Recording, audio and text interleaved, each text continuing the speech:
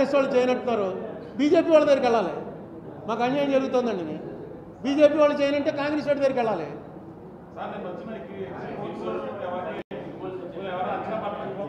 ఏమండి మీ అందరికీ, ఎందుకంటే మీరందరూ ఇందులో నిష్ణాతులు కాబట్టి మీకు ఎందుకు టెన్షను, నాకెందుకు టెన్షన్? 2 రోజులు అయితే అయిపోయింది. ఏమో నాకు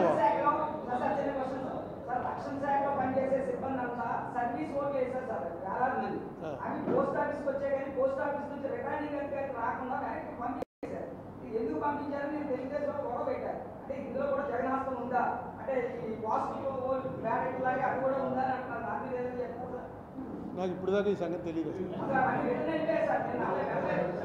ఏమో నేను పేపర్లో చదివింది అయితే చంద్రబాబు నాయుడు గారికి అనుకూలంగానే వచ్చింది హైకోర్టు తీర్పు అని చదివాను.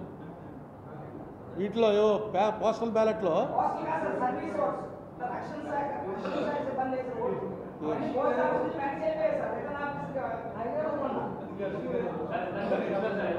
అంటే రక్షణ శాఖ కూడా చంద్రబాబు నాయుడు గారికి వేసారనే.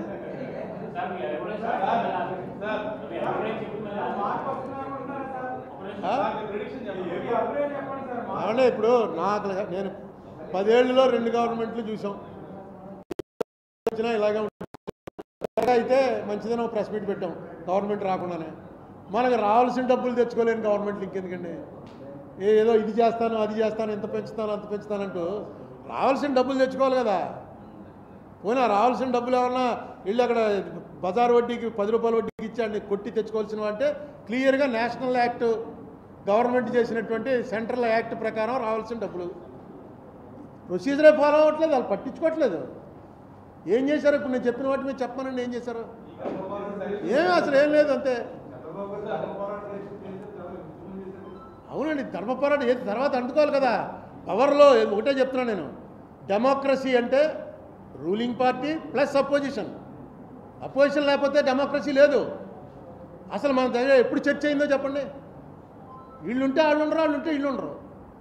మీకు అదే తెలంగాణ అయింది 2వ సెషన్లో 3వ బ్రహ్మాండంగా రేవంత్ రెడ్డి కేటీఆర్ దెబ్బలాడుకుంటున్నారు, మాట్లాడుకుంటున్నారు. హరీష్ రావు మాట్లాడతాడు, బట్టి విక్రమార్క మాట్లాడతాడు.